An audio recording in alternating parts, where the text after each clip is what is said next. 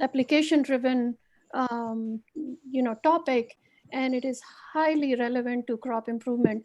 Now, there might be participants who are not working with crops, who are working in medical field or some other field, and I want to point out, give a big shout out to them as well, that this is highly relevant to their field as well. Okay, so may I request everybody to mute your speakers if you could? I'll give you a few seconds to do that. I can still hear some background noise.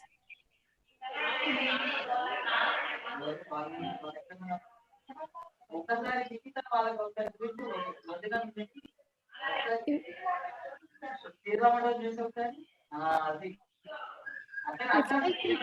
if I could request everybody to please your speakers. You're welcome to leave your video on, but please mute your speakers.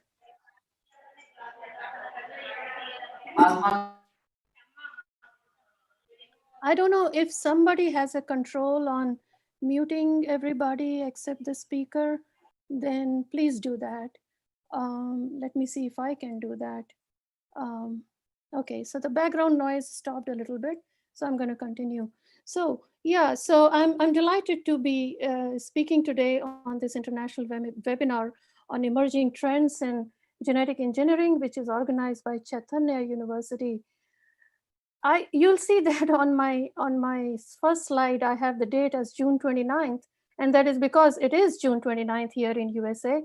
It is 11:30 p.m. on June 29th, and I'm sure by the time I finish speaking, it will be June 30th here, joining you with the same date.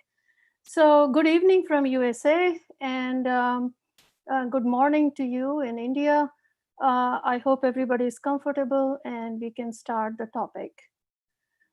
Okay, so it is important to first know what is gene editing. So if we are going to talk about gene editing, which is an important biotechnology tool for crop improvement and medicine, then let's first ask, what is gene editing? So gene editing is a method, it's a technology by which we can change the sequence of a selected gene in vivo.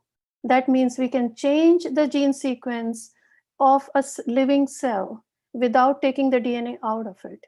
And that is why this method is also called genome editing, because in the cell you have chromosomes and the full genome. And this change that is created through this gene editing method could lead to either the loss or the gain of function of the gene. And that is the purpose of carrying out gene editing. So let's see, how is genome editing carried out? How is it even triggered in the cell? If the cell has numerous cells, numerous genes, and lots of DNA, and we want to create a change specifically in a single gene, then how do we create that effect in the cell? And the answer is very simple. It is carried out by first creating a break in the DNA, and that because the DNA consists of two strands, it is a double-stranded molecule, the break should be double-stranded. So if we carry out double-stranded break into the gene, then the editing could be initiated, or the mutations could then be carried out. I don't know why okay. I see some red lines going on my screen. I don't know if you can also see that, but that was not intended. So let me go back. So genome editing can be triggered simply by creating a double-stranded break in the cell in a specific site where the editing is to be intended. The rest is up to the cell to respond and repair that site.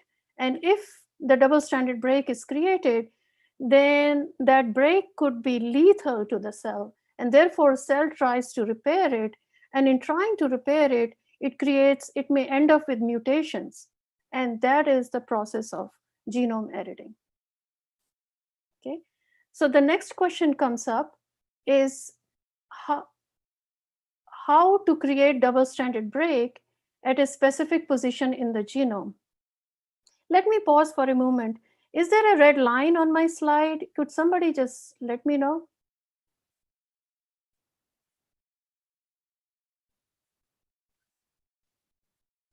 Somebody raise the hand.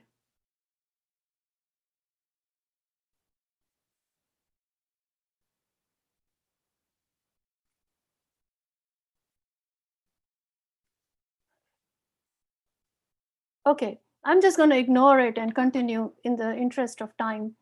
So how do we create a double-stranded break in a very specific position in the cell? That can be done by designing nucleases that are sequence specific.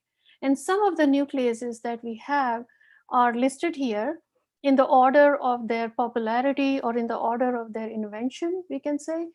So that these are nucleases that are designed against specific sequences, and they are called zinc finger nuclease or ZFIN or tail effector endonucleases or TALEN. And these two, ZFIN and TALEN, are complete protein structures. They are completely designed by the biotechnologist. Okay. And as you can see here, ZFIN and TALEN, they consist of specific subunits that bind the DNA structure, DNA sequence, and that is linked to a restriction enzyme to create the double-stranded break. In case of ZFIN, we have zinc finger subunits that bind the DNA. In case of TALEN, we have tail subunits that bind the DNA, and then that is linked to the restriction enzyme to create double-stranded break. However, CRISPR-Cas9, which is the latest genome editing tool, is distinct. It is different from the design nucleases that comprise ZFIN and TALEN. Instead of design nucleases, CRISPR-Cas9 is RNA-guided endonuclease. And it consists of a big molecule called Cas9 here, which is bound to an RNA. This RNA is actually a hybrid RNA, which consists of two separate entities. First is CRISPR RNA, and the second is tracer RNA.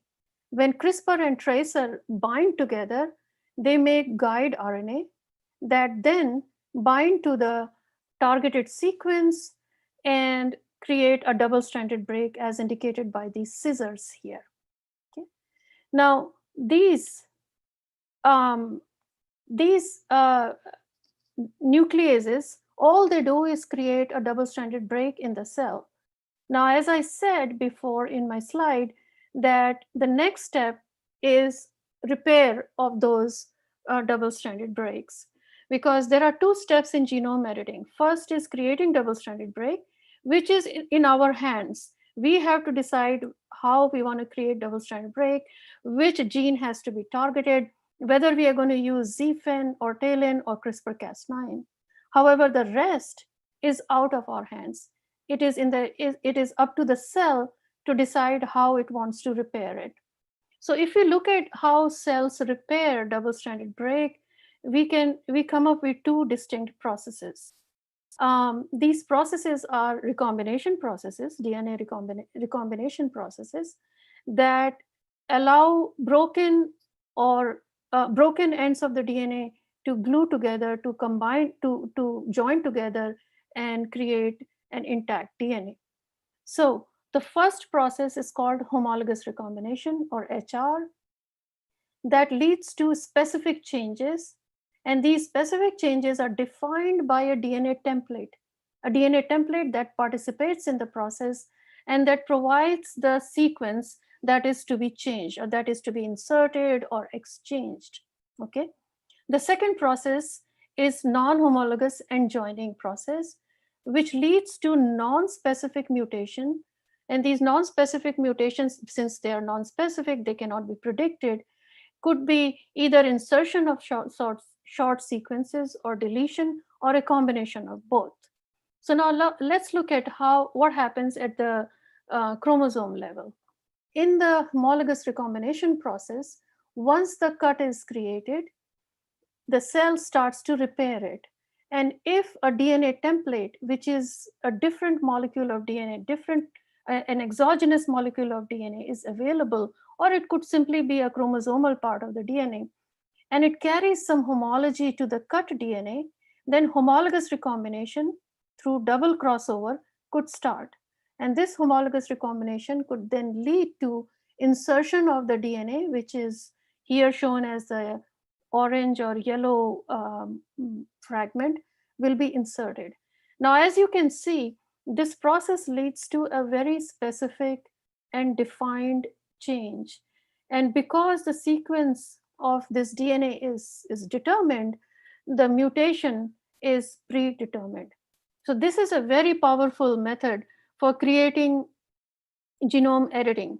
For genome, if we can use homologous recombination for genome editing, that would be the best option.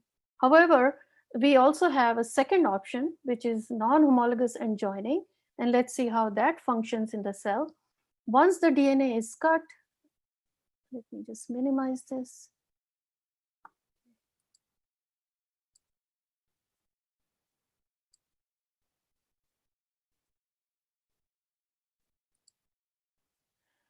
So once the cut has been created in the chromosome, we have the cell, and if there is no DNA template available, the cell will try to repair it, because occurrence of double-stranded break is highly dangerous and damaging to the cell.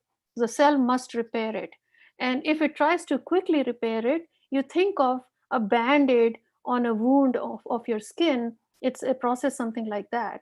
So you simply put a Band-Aid, which is just joining the two ends and putting something on it, and that is short insertions and deletion of the sequences, and therefore you have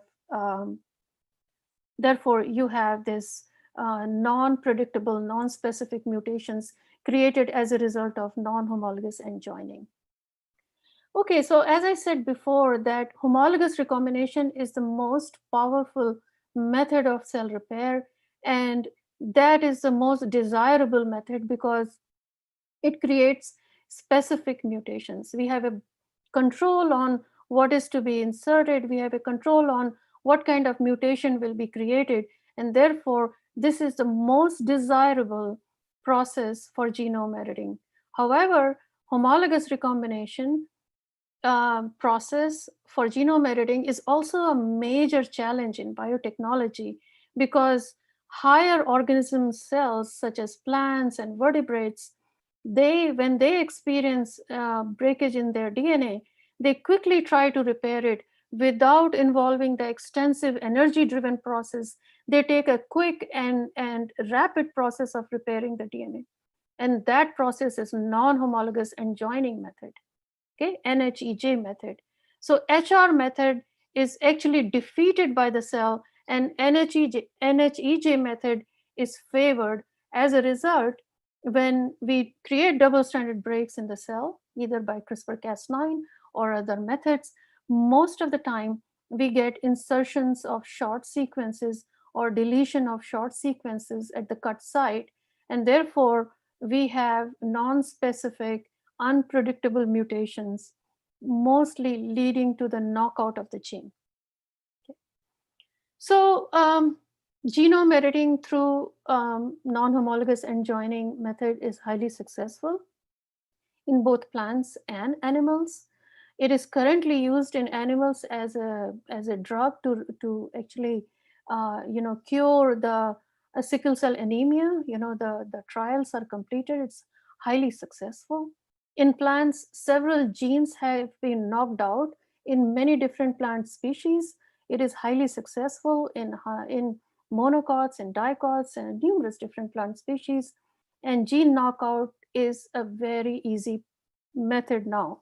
And that is because of CRISPR-Cas9. Not because of ZFIN or TALENs, which were already available, but because of CRISPR-Cas9. And the reason is CRISPR-Cas9 is a highly efficient and very powerful method. And this was developed as a gene editing method, and which was pioneered by two scientists, Jennifer Doudna and Emmanuel Charpentier at UC Berkeley, and independently also by Feng Zhang at Broad Institute at MIT. So these people pioneered CRISPR-Cas9 method and developed a new gene editing tool, and that revolutionized biotechnology. And the reason why Zifen and Talon were not able to accomplish that is because CRISPR-Cas9 is highly efficient and very, very easy to use. When something is easy to use, then people adopt it. It's very powerful and becomes a very powerful method. So let's see, what is CRISPR-Cas9 and why is it so powerful? Okay, so I just want to remind you that gene editing simply consists of cutting the DNA, as shown here by scissors, cutting this chromosome, and you can make cut in one place or in more than one place. As shown here, there are 3 different places that the cut could be created, and each of that could independently be repaired to create insertions or deletions, or in combination. I have not shown combination in the figure, but you can imagine that you can have mutation in more than one site in a single cell, and it is a very powerful outcome. Okay, so what is CRISPR-Cas now? Let's take a look again. And you have already seen this image in a previous slide, but let's take a look again. CRISPR-Cas9 consists of CRISPR, which is RNA, and Cas9, which is the protein. And that protein encodes an endonuclease. So in other words, it is an RNA-guided endonuclease. This endonuclease, the Cas9, is not designed by biotechnologists. It is not designed in the lab. It is naturally found in the bacteria, Streptococcus pyogenes, and has evolved to be an immunity system for that bacteria. So it is naturally evolved to be an endonuclease. It saves the bacteria from invading DNA and RNA. Okay, so it is naturally evolved as a very efficient and powerful system. What guides Cas9 to specific sequences is the guide RNA. That guide RNA is a very short sequence, as you can see on this slide. It's not very long, and it contains a certain loop structure which can be ensured by making sure that tracer RNA is present. And the short sequence can simply be expressed in the cell where Cas9, let's say, is also expressed. Then this guide RNA will bind to Cas9, and only upon binding, Cas9 will become active. So imagine Cas9 is expressed and there is no guide RNA. That Cas9 is basically an inactive protein, doesn't do anything. Only when the guide RNA bind to Cas9, it becomes active. It becomes a nuclease. And once it becomes a nuclease, it starts scanning the genome through you can imagine some kind of scanner going through the chromosome. Once it starts scanning, it will stop at certain points. What are those points? First point is the PAM point. As you can see in this slide, there is a letter written PAM, PAM. That PAM stands for a motif.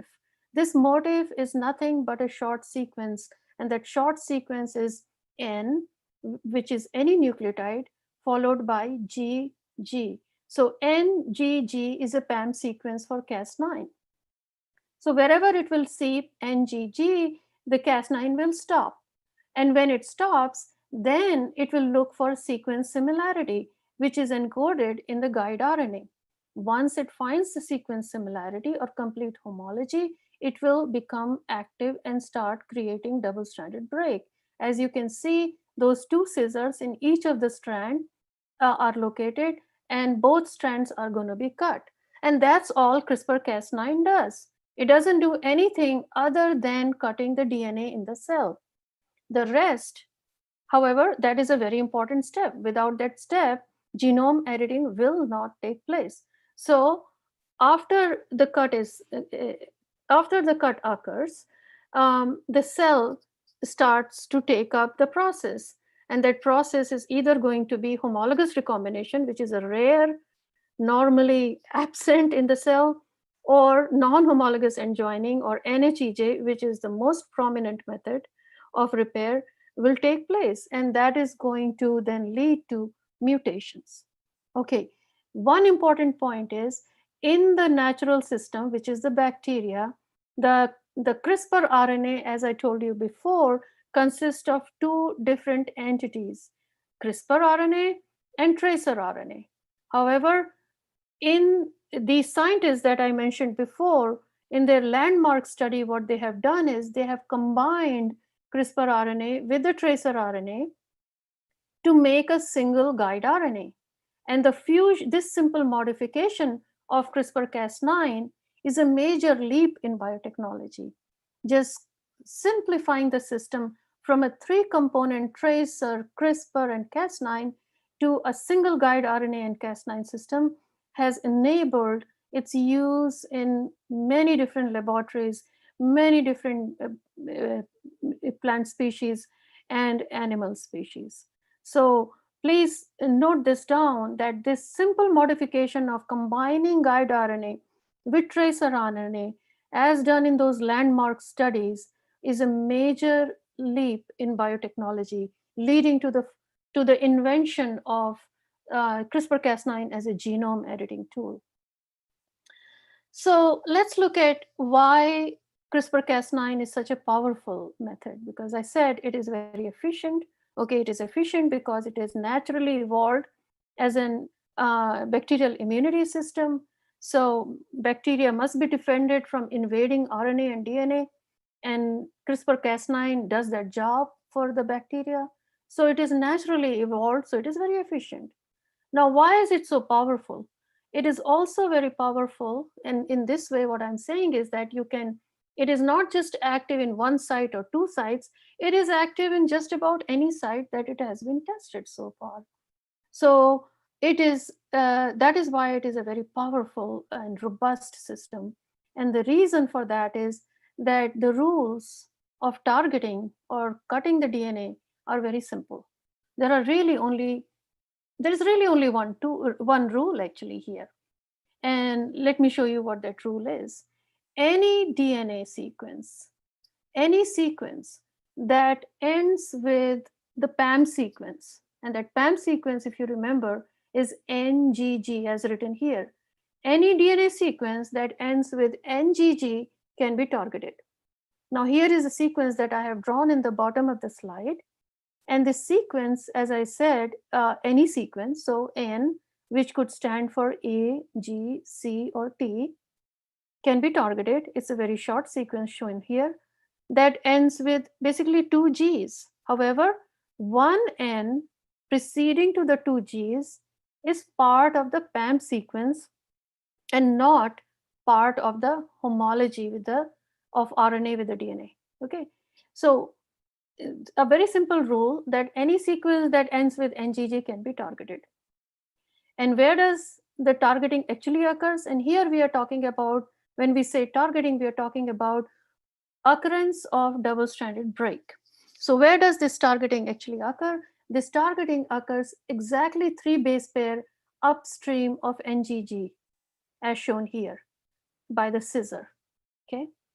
I just want to let everybody know that there are some red lines that are appearing on my slide, red dots and red line.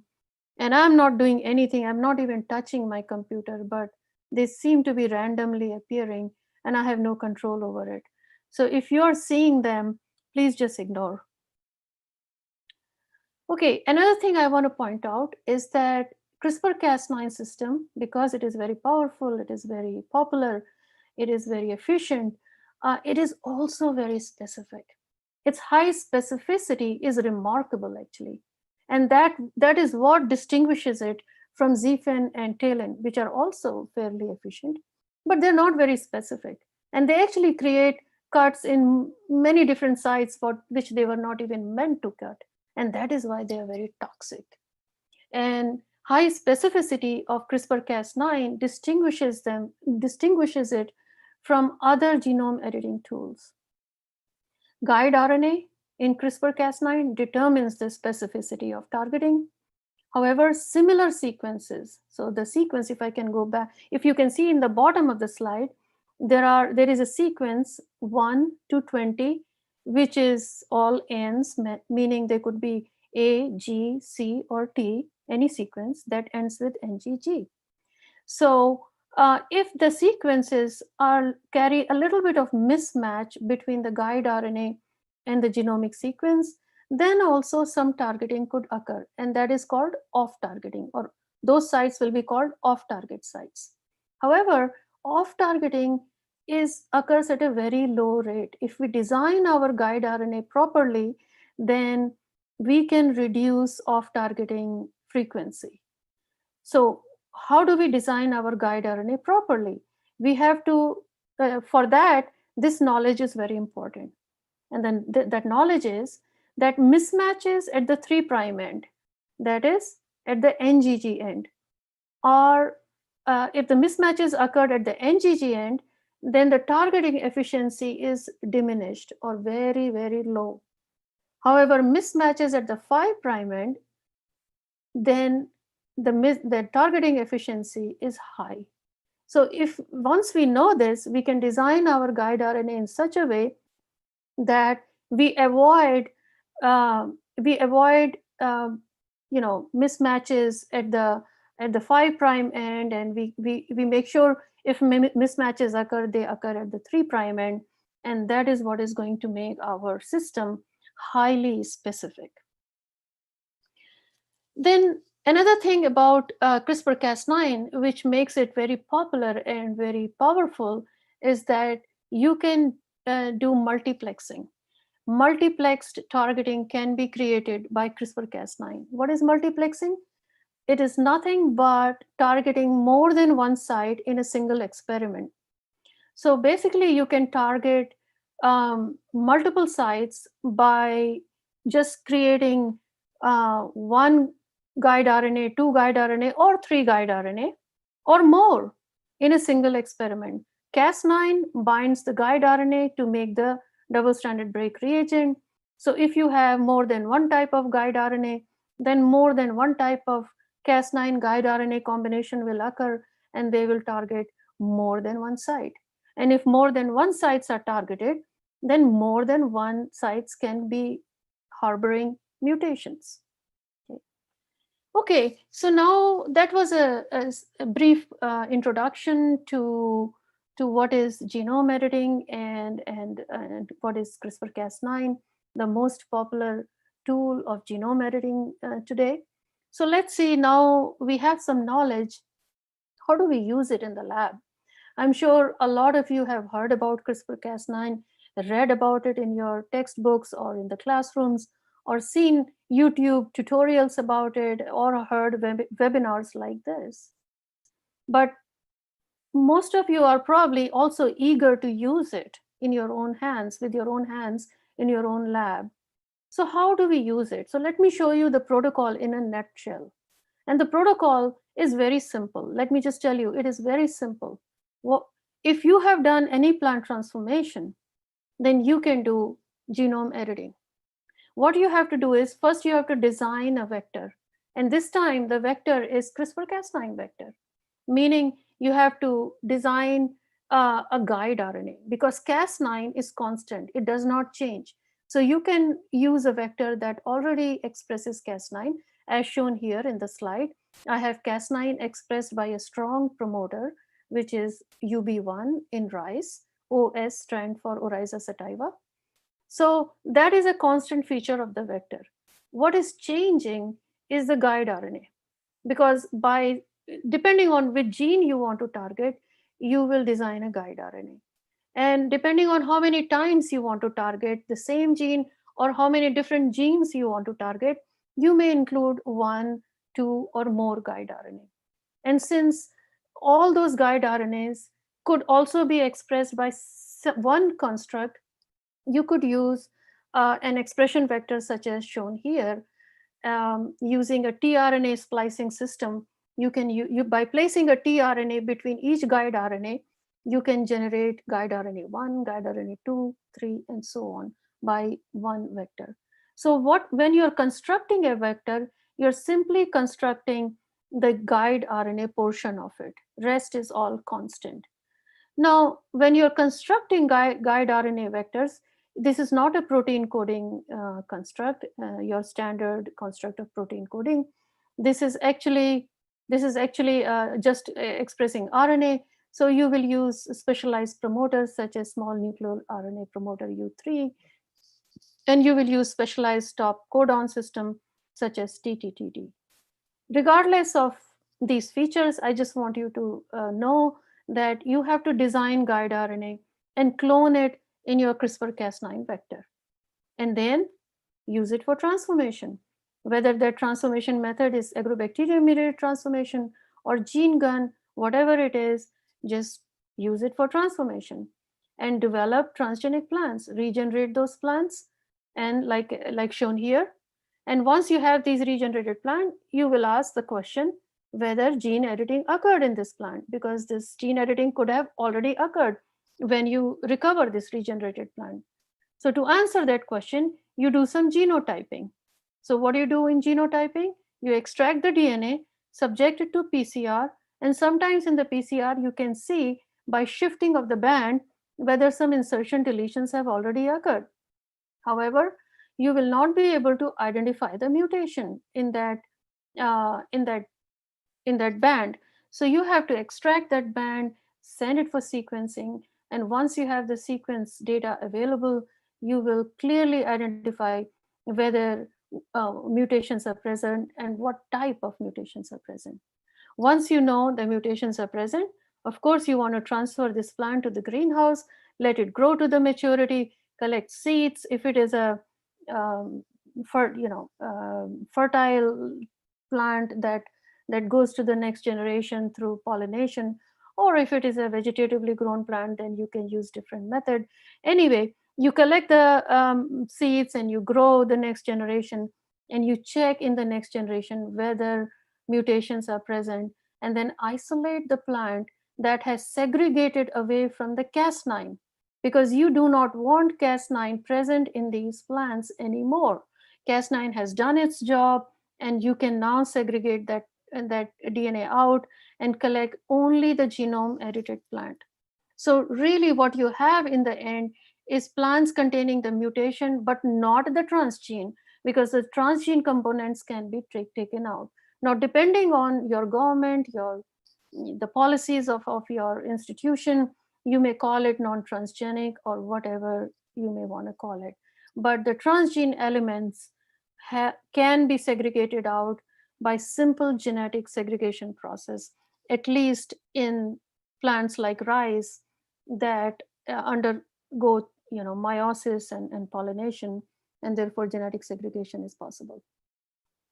Okay, so finally, before I tell you what I do in my lab, because I'm sure you also want to know all this information that I'm telling you is out there, and I also want to tell you what I do in my lab.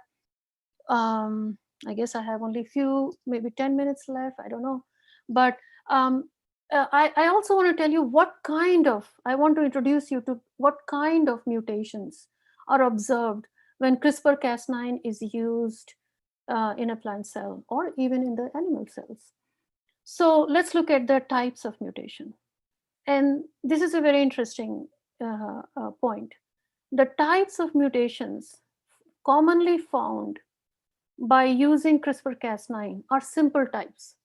And what are these simple types? Addition of a single nucleotide, A, G, C, or T, or deletion of a single or a few nucleotides.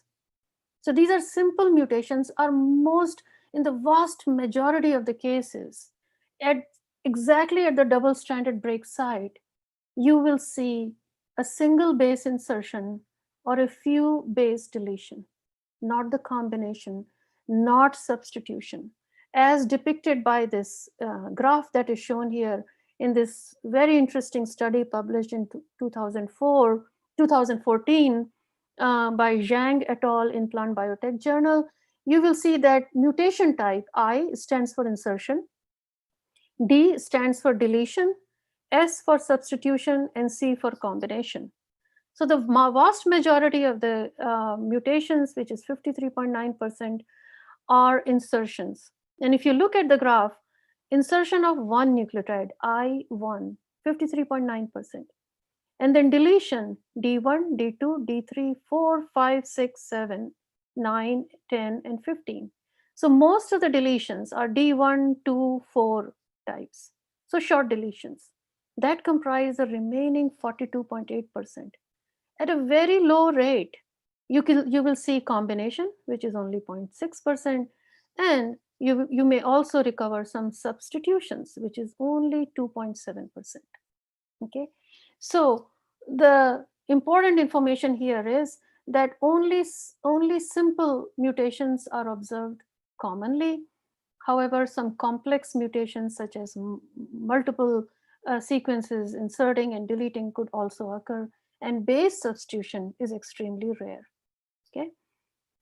Okay, so as I told you, I and Dr. Anuradha introduced me as one of the people who use gene editing in her lab, and that is correct, we do. So what do I do? I mainly use CRISPR-Cas9 for my projects that are mainly done on rice. Rice is an important crop for India. It is also an important crop for the whole world, and it is also important for the state of Arkansas, where I live and I work. Our university, University of Arkansas, is located in the state of Arkansas. And if those of you who are not familiar with Arkansas, Arkansas is actually just above Texas, below Missouri, and it is the home state of President Clinton. Everybody knows President Bill Clinton, I hope. So uh, rice is a major crop of Arkansas. It's actually #1 crop in Arkansas. So rice biotechnology is an important project for me. And but nobody likes transgenic rice, right? Nobody likes transgenic crops. Nobody likes transgenic food. So we do not want to make any transgenic rice. We simply use it for addressing fundamental questions of biology. For example, we are knocking out a rice gene called SESA3, which stands for cellulose synthase gene of rice. It is one of the members of the gene family, and we want to knock it out and see whether we can develop an improved cell system for production of therapeutic proteins. Okay, what I'm showing here in the slide in a petri dish is actually SESA3 knockout, homozygous knockout cell lines. Because of the cellulose synthase knockout, these cells grow very slowly, very poorly, and their morphology and the rate of growth is reduced. We were able to recover regenerated plants from these callus, and you see on the left side the knockout plant, and on the right side you see the wild type plant, and they are of the same age. And you can see when cellulose synthase gene is knocked out, how plant suffers from growth retardation. Another project that we are doing is we are knocking out several different genes that encode or that are putative candidate genes for grain quality of rice. So they have been mapped as QTLs for grain quality, and we want to define their function by knocking them out and studying the plant and the grains that are born on that plant. So that is another project. And then we also have projects in which we are knocking out candidate genes that have been implicated to play a role in abiotic stress response. For example, heat tolerance, drought tolerance. We are knocking out those genes and then testing those plants in the greenhouse, studying their phenotype, studying their transcriptomic, etc., to define their gene function.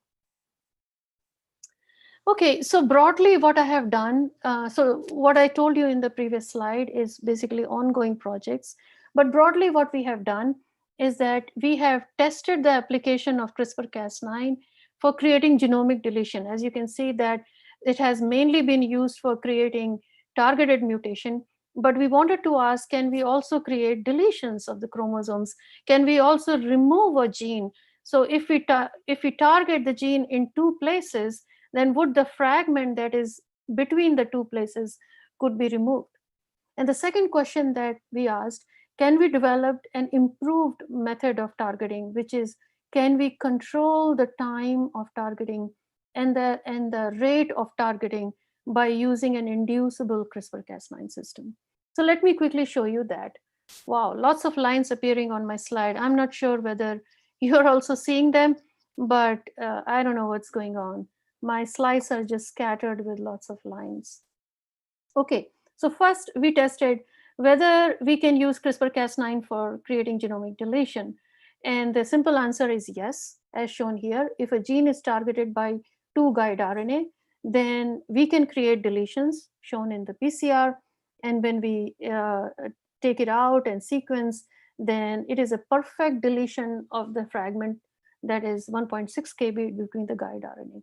However, deletions occur at a very low rate. We actually tested this in 3 different genes, CHOP5, PDS, and GUS, and we found that the rate at which the deletion could be created was either 7.5% or 6.2 or 1.7, whereas each of the site that was targeted to create deletion actually harbored mutation. So we obtained mutations at the 2 targeted site in PDS at 75% of the cases, or 64% of the cases in CHOP5, or 42% of the cases in GUS. So we were able to create deletions which were then inherited by the progeny, as I'm showing by the PCR on the right side. But the take-home message here is that deletions occur at, or point mutations occur at exceedingly high rate as compared to the deletion. Okay. I have very few minutes left, so I'm going to rush a little bit. The second thing that we tested is, can we develop an inducible CRISPR-Cas9 system? And would that be effective in creating genome editing? The rationale for doing this is, if we develop an inducible CRISPR-Cas9 system, then we can control when we create genome editing. There are many genes that are essential for plant function. And if we mutate them, then we will get no plants. No plant will actually be generated. We will not be able to recover anything. So we want to delay editing in those cases. We want to create mutations late in the development in essential genes. How do we do that? By controlling when genome editing could be unleashed. And we used a heat inducible approach for CRISPR-Cas9. And this heat inducible system had a simple modification. Nothing changed with respect to the RNA. RNA was expressed just as it was expressed in previous experiments. However, for expressing Cas9, instead of using a constitutive strong promoter, we used a heat inducible promoter. And when we developed transformed callus lines, and we regenerated plants from that, we subjected them to a simple heat treatment of 42 degree. We just put them in 42 degree hot chamber for 3 hours and then took them out in the room temperature. We repeated this a couple of times and then tested whether the mutations are present. Okay. We of course we did this in many different lines, and we found that inducibility of the Cas9 varied. Now, in the interest of time, I'm going to skip this slide and go to the next one. So when we have a plant that is subjected to heat shock treatment and it contains heat shock inducible CRISPR-Cas9 system, so at the room temperature, it does not carry any mutation. But when we treat it with heat, then Cas9 becomes active and the gene targeting starts. So we let the plant grow, let it flower, we collect the seeds. So let's see what happens. So when we check for the presence of mutation at a young vegetative stage, the young vegetative stage is the plant shown in the middle on the top, then we don't see any mutation. The sequence actually turns out to be wild type, even though this is a stage which is approximately 4 weeks after the treatment. Okay. However, when we let the plant grow and let the mutation accumulate, because now there are 12 weeks after heat shock treatment, then all of a sudden we start seeing the mutation, as shown in the sequence trace shown for the flowering plant. And we observe that a single base, which is G in our case, has been inserted in the sequence. Okay. So we did this analysis in many different plants, and then we found that the sequences, the targeted sequence can be mutated. And as I've shown you before, that +1 or -1 is the most commonly observed mutation. And that's what we see. Most of the time we see insertion of a single nucleotide. And sometimes we see insertion of 3 nucleotide. Okay. The most important thing is that these sequences are heritable. So when we analyze the progeny of these plants, we find the mutations that were found in the parent plant were transmitted to the next generation. So these mutations are heritable. And then also, when we did PCR for the Cas9, in some of these plants, Cas9 was absent. And that means the mutations could only be present because it was inherited and it is not created afresh in these plants. So we published this last year, and it was actually featured in Crop Biotech Update that inducible CRISPR-Cas9 improves the precision of genome editing in rice. But I'm sure if this is used in other systems, recently a paper was published for maize also by other group, not by us. So this is an important development in improving genome editing process. So if I can summarize what I have described today, there are 5 important things. First, CRISPR-Cas9 is a highly specific and efficient tool of gene editing. But in this gene editing, creating gene knockouts, a process that is done by non-homologous end joining, is easy. But creating gene replacement or creating predictable changes, which is a process that relies on homologous recombination, is extremely difficult. So these are points number 1, 2, 3 are abundantly found in literature. Many different people have described. So this is not something that we have discovered in my lab. But what we have discovered in our lab is that if you target a gene 2 times on this by CRISPR-Cas9, so dual targeting, then deletions do not occur frequently, but point mutations at each of those sites occurs frequently. So CRISPR-Cas9 is not a very good system for creating genomic deletions, although you can create genomic deletions, but it is not very good at creating genomic deletions. What is it good at? At creating point mutations. And then what we have also done, contributed in this field, is by developing an inducible CRISPR-Cas9 system. Heat-inducible CRISPR-Cas9 system we published last year, and currently we have developed a cold-inducible CRISPR-Cas9 system, and I can tell you this unpublished work that it is also effective. That heat-inducible, but let me go back to heat-inducible CRISPR-Cas9 system is very effective in targeting essential genes. We have used it for a gene that is essential to the plant, and we are able to recover plants. And it is also helpful in minimizing off-target effects. Although CRISPR-Cas9 is a very specific tool, off-targeting is not a major problem. However, when it comes to creating useful crops, something for a product for agriculture, let's say, we do not want to take any chance. Even if there is 1% chance of off-targeting, we want to reduce that further to maybe further diminish that. And therefore, heat-inducible CRISPR-Cas9 system has its own place. Well, in the end, I want to acknowledge my group, my students, postdoc, and others who have contributed to this study. And my funding agencies who have provided me important resources to carry out these studies, National Science Foundation of USA, Arkansas Bioscience Institute, Division of Agriculture at University of Arkansas System, and the USDA National Institute of Food and Agriculture. These are all the agencies at USA. But I was also very fortunate to have this Indo-US fellowship, Science and Technology Forum fellowship, which is actually called Get In program. Some of you might be aware of that. And I was very fortunate to have that fellowship last year and visit Delhi University South Campus in Professor Rajan's lab. and spend a few months there interacting with his students and young scientists. And that interaction was I learned a lot, and I hope my interaction with them was also useful to them. So I thank you. I thank IUSSTF also for further enhancing my career by giving me this money to visit India.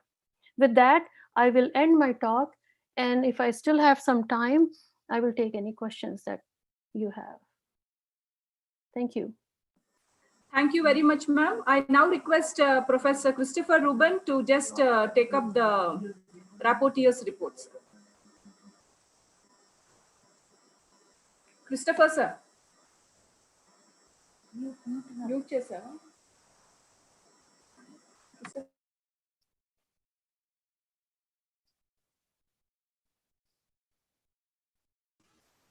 Okay. Ma'am, thank you so much for this wonderful talk on CRISPR-Cas9 technology. You have given us a textbook presentation of what exactly is CRISPR. Thank you so much.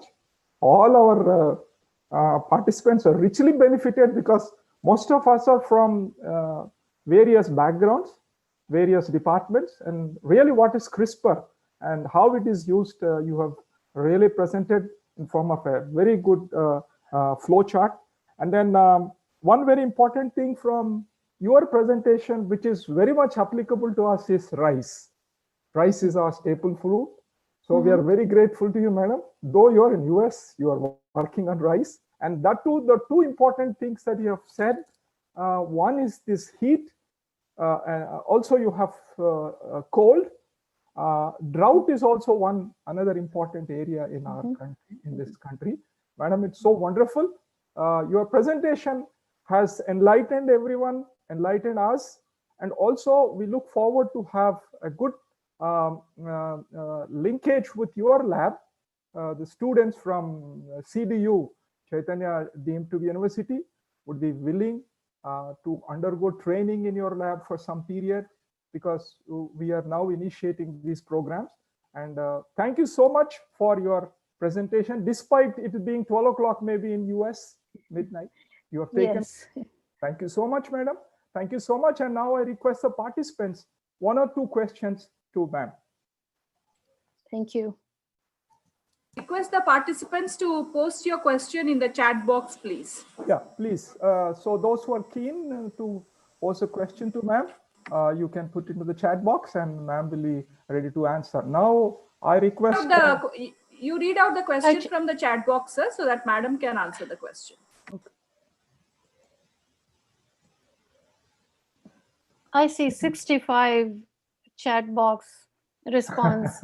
I don't know how many are questions. I'm somehow not able to access any of the chat box questions, but I see there are 68.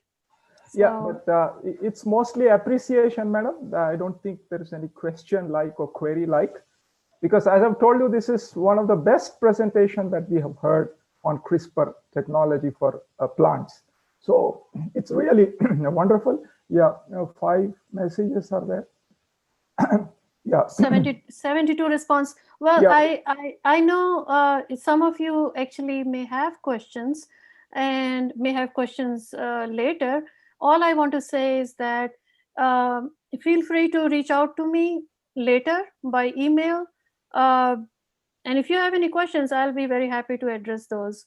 If possible, I will read all these responses. Now there are 77 responses, one by one, and I'll see if I can address. I don't know if there is any forum in which I can address these questions.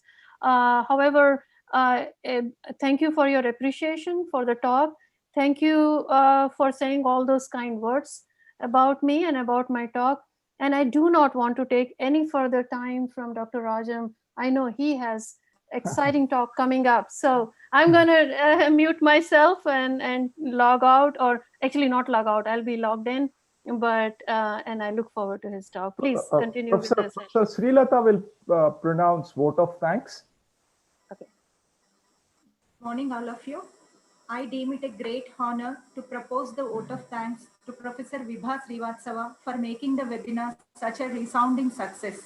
On behalf of our university, I would like to thank Madam for gracing today's webinar.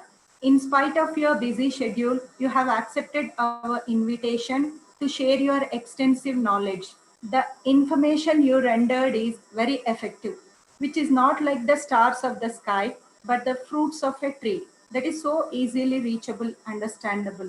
Once again, thank you, Madam, for your interesting and excellent talk. Thank you. Thank you, Madam. We'll move to the next topic. Thank you, ma'am. Thank you very much. Now we shall have the next topic. I request Suma madam to introduce the next speaker. Good morning, everyone. I'm Professor Suma.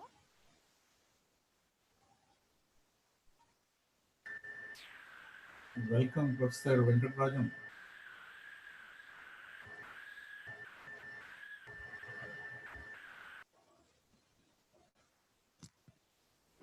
You have to unmute the mic.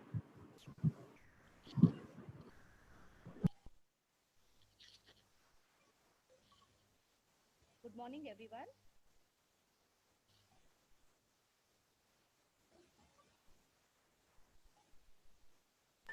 Professor Venkatrajam garu, welcome.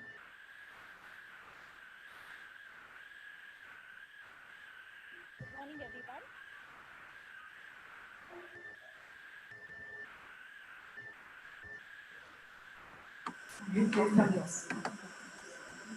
Professor Rna, you can go ahead.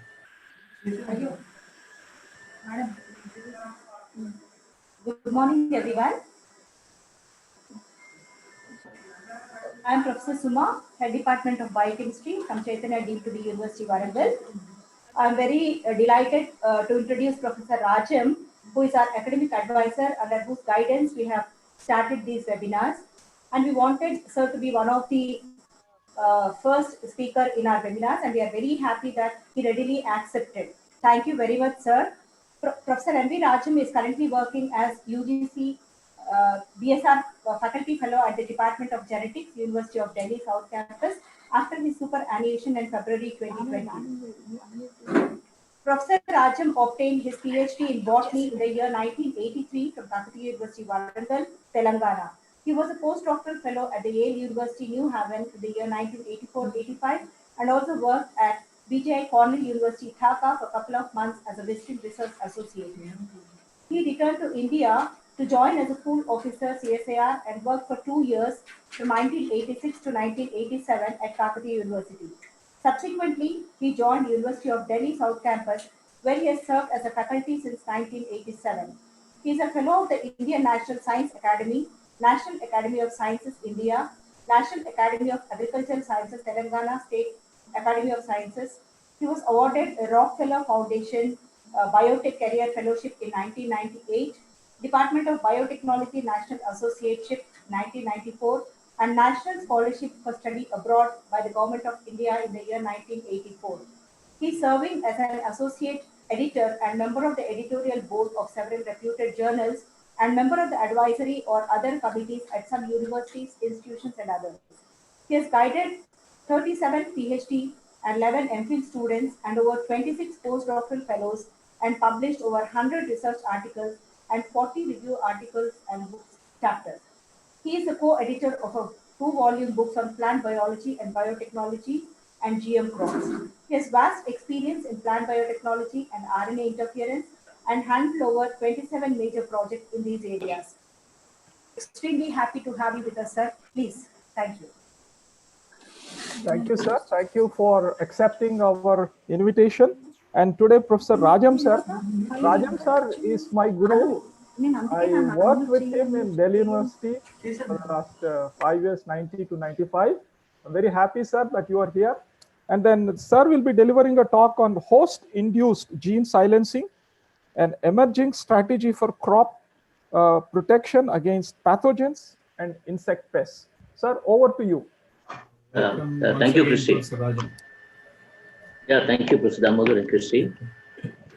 At the outset, I would like to thank the Chancellor, Sir, Professor Purushottam Reddy Garu, for inviting me to be a member of their Research Advisory Committee and also for this invitation to deliver this talk. And Vice Chancellor, Professor Damodar Garu, who was happened to be my senior in MSc. Of course, he did English language. Then Professor Anuradha for the invitation, and Dr. Christopher, as he mentioned, he was in my lab for about 5 years, and it was very fruitful stay. Uh, and I also thank Professor Vibha Srivastava for accepting my request to deliver a talk in this web conference. With this, now I would like to start my lecture.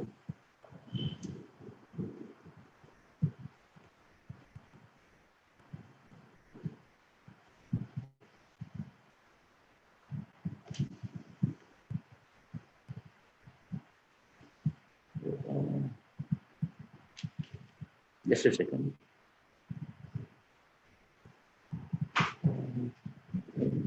Presentation, PPT. I've done it. Sorry. Just a second.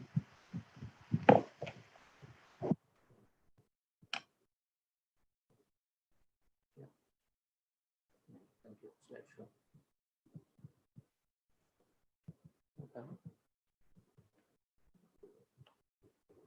Control point.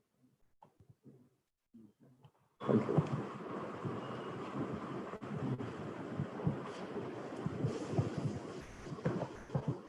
Slideshow.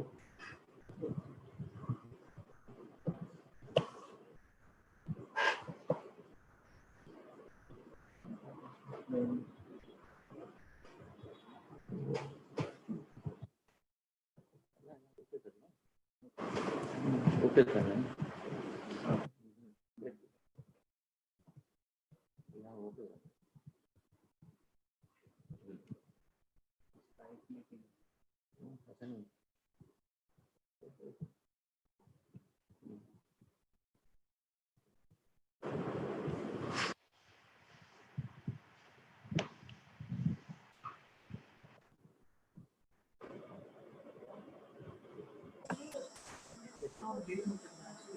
So you can now share the screen and you can enlarge your PPT, sir. No, I've done that. The screen. You just enlarge your PPT, sir. Yeah, Full that's what screen. I'm trying. Yeah, that's what I'm trying, but I could not see that symbol. Yeah, now I got. Yeah, okay.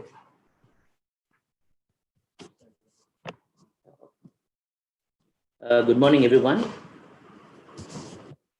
So today I shall be talking about RNA induced silencing, which is very popularly called these days as post-induced gene silencing, or HIGS, which has emerged as one of the important strategies for the crop protection against pathogens and insect pests.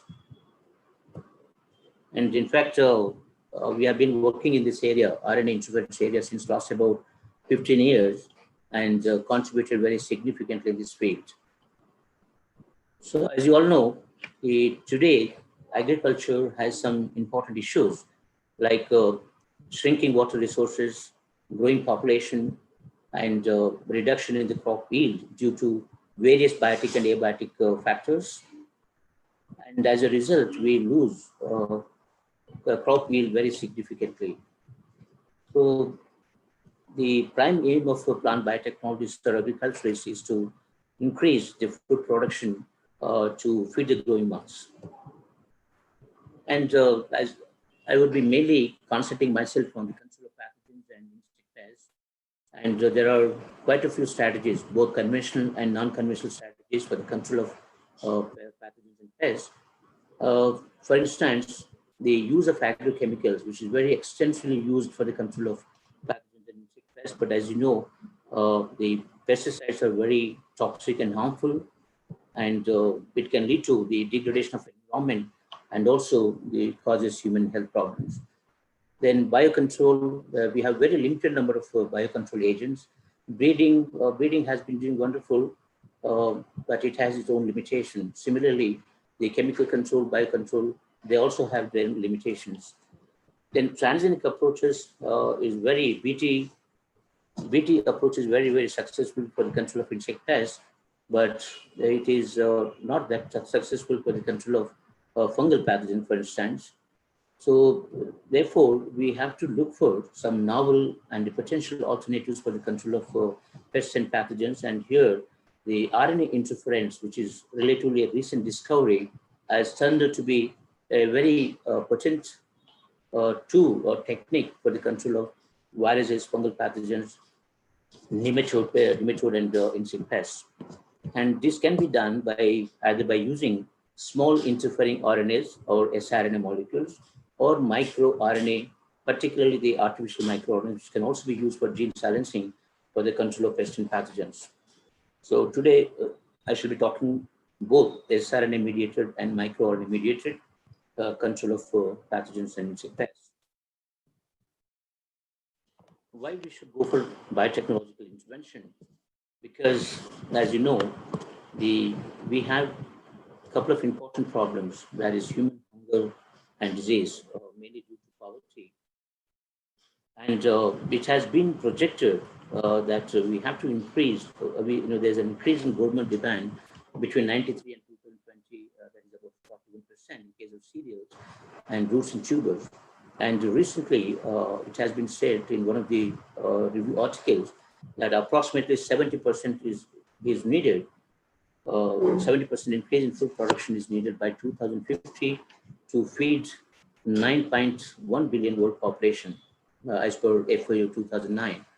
Then there are some countries which are at very high risk, including India, and 70% increase in food production is a real challenge for plant biologists and biotechnologists, and this can only happen if we can use, multiple techniques. And there are half a dozen technical options, but the plant breeding and genetic engineering appear to be very important to increase the food production and to bridge the gap between food production and population. And looking at that figure, 70% increase in food production is a real challenge. So definitely this suggests that we need a second green revolution, which can only happen if we couple plant breeding with the genetic engineering strategies. And I'll give you a few examples why we need biotechnology for crop improvement program. As you know, the plant breeding depends on the natural variation and also induced genetic variation for crop improvement or for the development of new varieties. And nature has given us a great genetic variation in all crops. Look at here, in case of beans, here you have different colors, different seed shape, and different sizes. So then you may ask, when we have a good genetic variation in different crops, then why we need biotechnology? And I'll give you a few examples here to justify, why we really need biotechnology. For example, the genetically modified banana, which can produce an antigen against dreadful human diseases like cholera or against HIV. So this cannot happen in the nature. But this has been done by genetic engineering. Similarly, golden rice, which is rich in provitamin A or beta carotene, and also rich in iron source and iron salt. So this has been created by Ingo Petrakis from Switzerland in collaboration with Dr. Bayer from Germany, Max Planck Institute Germany. And again, the golden rice rich with provitamin A and also iron cannot happen in nature. And then another example is blue rose. We have never seen blue rose in the nature. And in fact, the plant breeders, they have dreamt since last about 108 years to create a blue rose, but they failed for a simple reason that roses lack blue pigments. So thanks to transgenic technology, the blue gene was isolated from other ornamental plants like chrysanthemum and introduced into rose to create a blue rose. And more recently, Rna technology was also used to create blue rose. So blue roses developed through transgenic technology have already been commercialized in some countries, and very soon we may have them in the market. So this cannot happen in nature. And recently, particularly the Chinese scientists have created genetically modified cotton with natural colors like blue, brown, an array of colors. And, and again, this cannot happen in nature. And more recently, an American company, Genentech, they have come up with a genetically modified corn, which produces a molecule, and they did not disclose what kind of this molecule is, but if you eat the products made out of genetically modified corn, you will become physically svelte, because this molecule can burn the stored fats. And if you ask my choice, I would like to develop a blue strawberry, because strawberry is mostly available only in red color, but I would love to have blue or even some other color. So all these examples, is convincing that biotechnology is the need of the hour.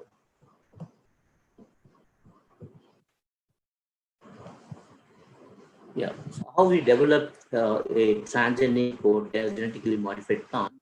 So first and foremost important is we have to have a beneficial gene in hand, and then the useful gene can be cloned in a suitable plant transmission vector.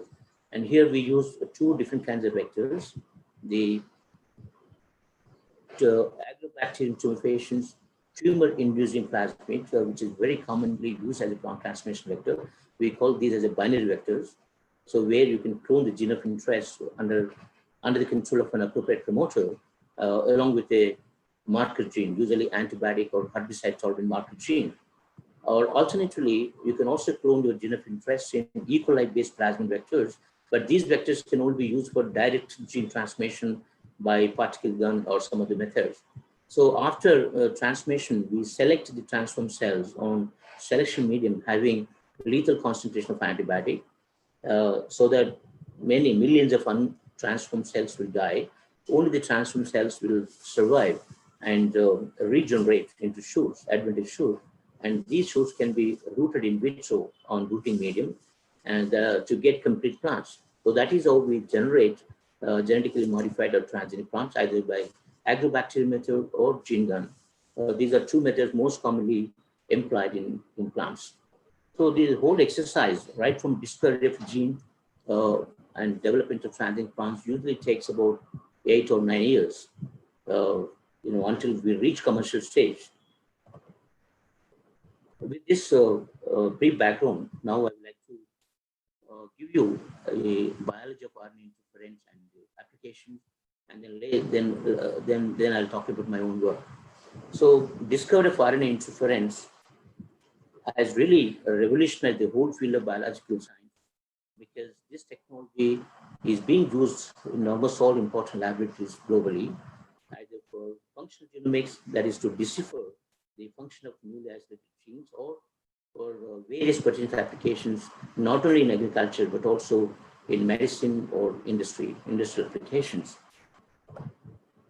So the RNA interference, which is usually mediated by microRNAs and siRNAs, is come under non-coding RNAs. Non-coding RNAs which do not code for any protein. We do have some classical examples of non-coding RNAs, that is ribosomal RNA, tRNA. These are very classical non-coding RNAs examples, which are known since past more than 4 or 5 decades. And we also have small nuclear RNA. These are also discovered many years ago. But more recently, we have more than a dozen different kinds of non-coding RNAs of very small size, usually 20 to 24 nucleotide size. And these include microRNAs, siRNAs, or even phasey RNAs or RNAs, etc. But most importantly, for practical applications, people use either microRNA mediated or siRNA mediated approaches for crop improvement program. So now it is very clear that we have two kinds of biology: messenger RNA biology and non-coding RNA biology. And as a matter of fact, until recently, people thought that DNA is the most important molecule. So it used to be a kind of monopoly about DNA molecule. But now, we know that RNA is equally important, or appears to be more important than DNA, because the RNAs, like non-coding RNAs, they play a vital roles in different biological processes. including plant development, stress responses, signaling, cell signaling, etc.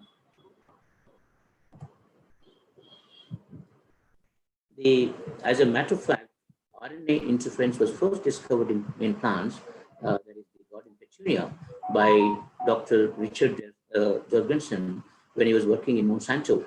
And they published a very breakthrough paper in 1990. So what actually they wanted to create the petunia with the deep purple flower, and therefore they have introduced a gene called chalcone synthase for its, and then overexpressed in petunia in a view to get deep purple petunias. But to their surprise, they have got very unexpected results. Instead of getting deep purple flower, they could get either complete white flowers or variegated flowers. And this is due to a phenomena called post-suppression, and that is the silencing of introduced gene as well as its homologue, the native gene, chalcone synthase. It's called homology-based gene silencing, which is called as post-suppression. So now we know that post-suppression is equal to, post-transcription gene silencing, or PTGS, which is nothing but RNA interference. The only thing was they could not decipher the mechanism of gene silencing. Otherwise, probably he could have got Nobel Prize long ago. Then there's a very interesting paper published in Cell, and here, so this group, Guo and Kenneth, so they wanted to study the role of PAR1 gene. So therefore, they wanted to knock down the expression of PAR1 using antisense RNA technology, because at that time RNA was not discovered. So here, along with the antisense RNA against PAR1 gene, they have also used the sense RNA against PAR1 gene as a control, and they could also get very unexpected or surprising results. As expected, they got a very good mutant phenotype by after knocking down the PAR1 gene with antisense. But surprisingly, they could also get equally efficient phenotype, mutant phenotype with sense RNA against PAR1. This was not expected because we can't expect that a sense RNA is involved in gene silencing. So this mystery remained for some years. They could not understand, why they were getting mutant phenotype with sense RNA. And then so these two guys, Andrew Five and Craig Mello, they wanted to verify why Go, could get a mutant phenotype with sense RNA. And actually, this was their very working hypothesis, very simple and working hypothesis. What they thought that was, they thought that there could be a mechanical contamination of antisense and then sense RNA. So that is how probably they got mutant phenotype with both sense and antisense. So this was their working hypothesis, and their results had led to a very breakthrough discovery of RNA interference, and then they could get Nobel Prize within this time of 8 years. So what they've done, they, along with the antisense RNA, sense RNA, they've also taken double-strand RNA, both sense and antisense together, and to their surprise, they could get 100% gene silencing of the target gene as compared to sense or even antisense. Antisense, they could get only partial knockdown, which did not result in even phenotype. So as you can see here, with the double-strand RNA, they could get almost complete knockdown of the target gene. And then based on their work, they have concluded that double-strand RNA is the triggering mechanism for gene silencing, and this gene silencing signal can also pass to a next generation. And not only that, the RNAi silencing can also, systemically pass through from cell to cell or tissue to tissue.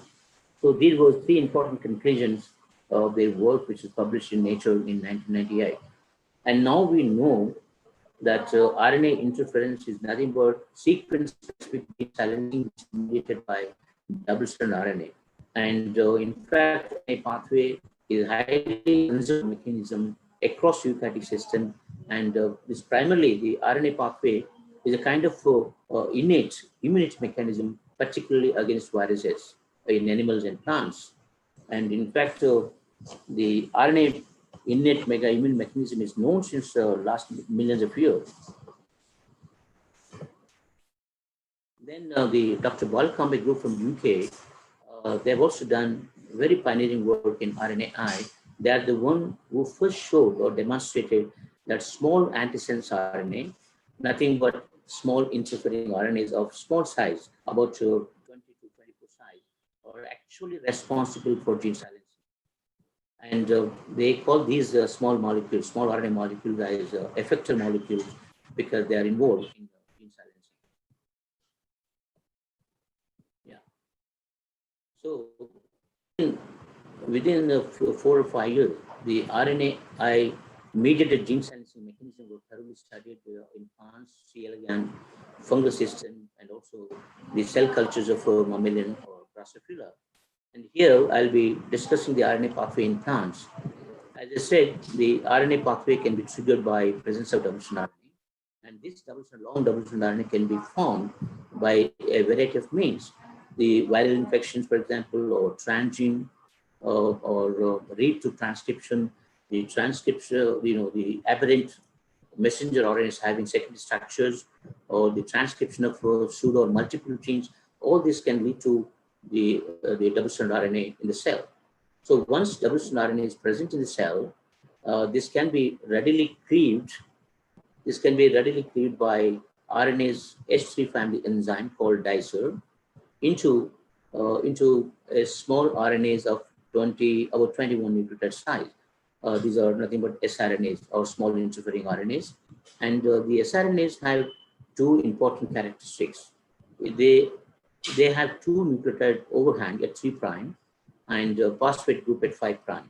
These two features are very important, are always present with sRNA molecule. So, and then the small sRNA molecules are recruited in a multi-protein complex called Rna Induced Silencing complex, or RIS, where the passenger strand, which is nothing but sense strand of sRNA molecules, selectively get degraded by arginine protein, which is also part of RIS. And then the antisense strand of sRNA, which is also called guide strand, along with the RIS complex, now can recognize the target messenger RNA or cognate messenger RNA, and then the target messenger RNA is cleaved by arginine protein with the help of antisense strand of sRNA. So this is how we see silencing of target gene silencing at post-transcription level. So therefore, it is also called PTGS, post-transcription gene silencing. So that means that absolutely there is no protein after gene silencing. And this pathway,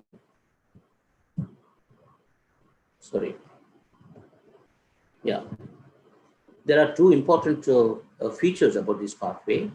The sRNA molecules,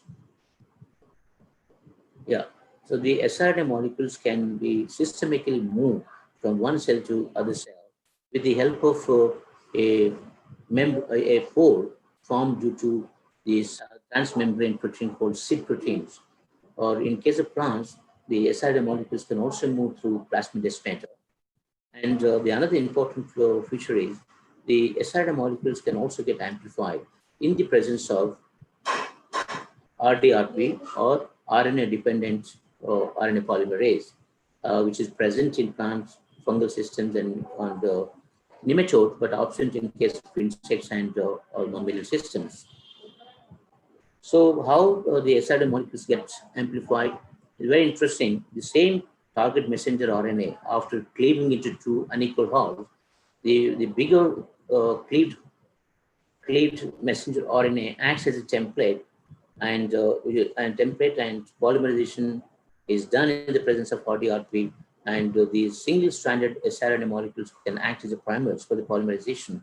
So that is how we see, formation of double-stranded again, which cleave dicer to form secondary sRNA molecule. So that is how we see amplification of sRNAs in plants and few other systems. So this whole pathway has two steps, important steps: dicing, that is, which is called initiation step. So dicing is nothing but formation of sRNAs by cleavage of double-stranded RNA by dicer. Then splicing is a cleavage or degradation of target messenger RNA by organic protein present in the wrist. For silencing of any target gene, either in the host plant or the target pathogen or insect pest, we need to prepare the RNA silencing constructs, or we also call them as hairpin RNAi constructs.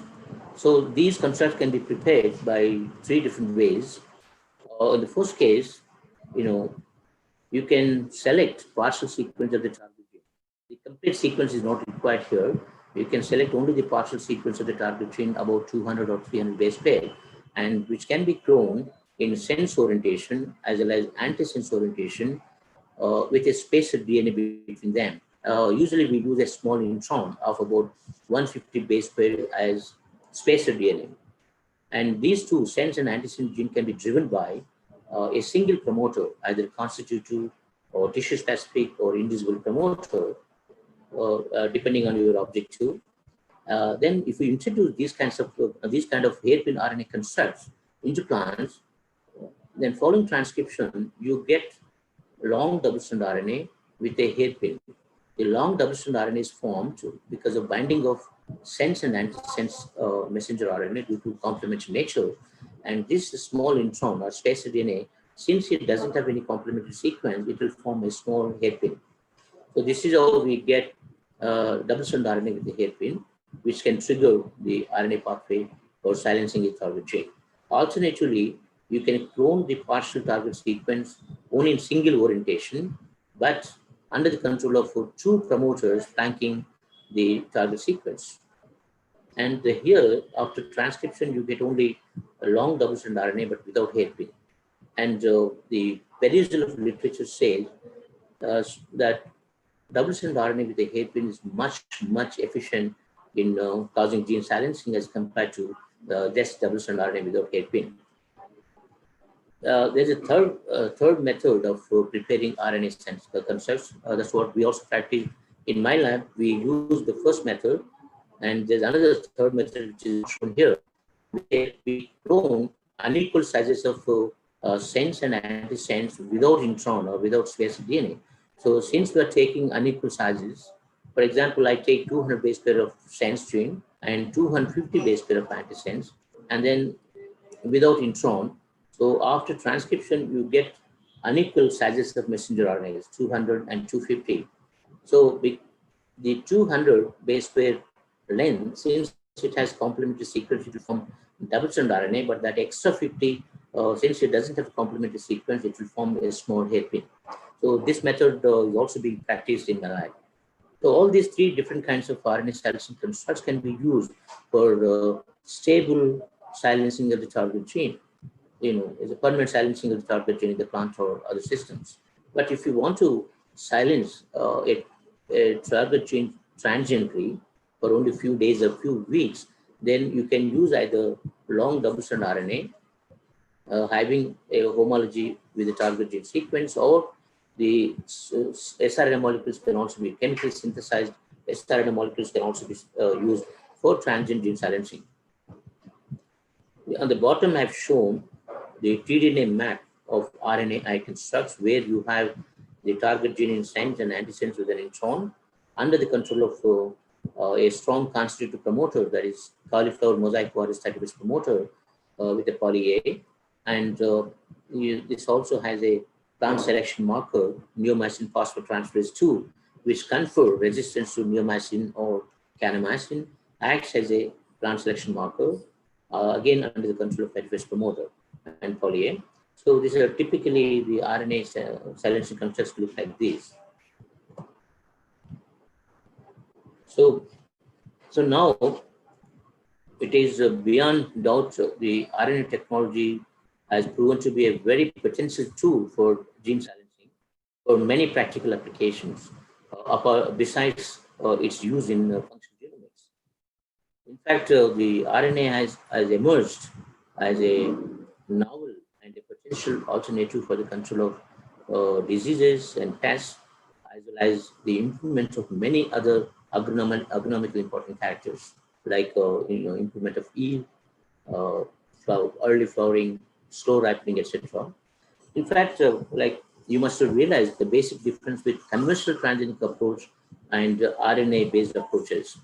And in conventional transgenic approaches, mostly we overexpress a transgene or a cisgene for some application or implement of some characters in plants, crop plants. But here in the technology, RNAi, where we downregulate a target gene either in the host plant or the target pathogen or insect pest for applications in agriculture. So this is the basic difference between conventional transgenic approach and RNAi.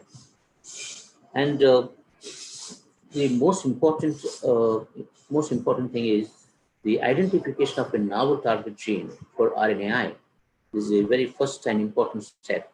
So, for example, for the control of fungal pathogen, you have to identify a gene, target gene, ideally should be present only in the fungal pathogen and absent in the host plant, should also be absent in human and other beneficial organisms, so that you are only knocking down the target gene of the fungal pathogen, not silencing any unwanted genes, either the host plant or other beneficial organisms. So, like I'll give you an example.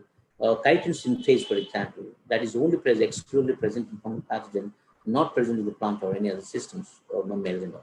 So that is an ideal target for RNAi for the control of fungal pathogen. So similarly, we have identified many such important targets for RNAi for the control of fungal infections. See, when we started this kind of work about 14, 15 years ago, there were very few novel target genes. But today, because of availability of complete genome sequences in many plants, more than 500 microbial pathogens, insects, and mammalian system, now absolutely there's no problem of identifying a target gene for RNA. So this single slide will tell you the whole concept of RNA interference for the control of insect pests. The same strategy can be extended for control of fungal pathogens or viruses or even nematodes. So this is popularly known as host-induced RNA interference or host-induced gene silencing or HIGS, even host-delivered RNA interference. Because here you are silencing an insect gene through plant RNA mediated. So indirectly you are silencing an insect gene through plant RNA mechanism. So therefore it is called host-induced RNAi or host-induced gene silencing.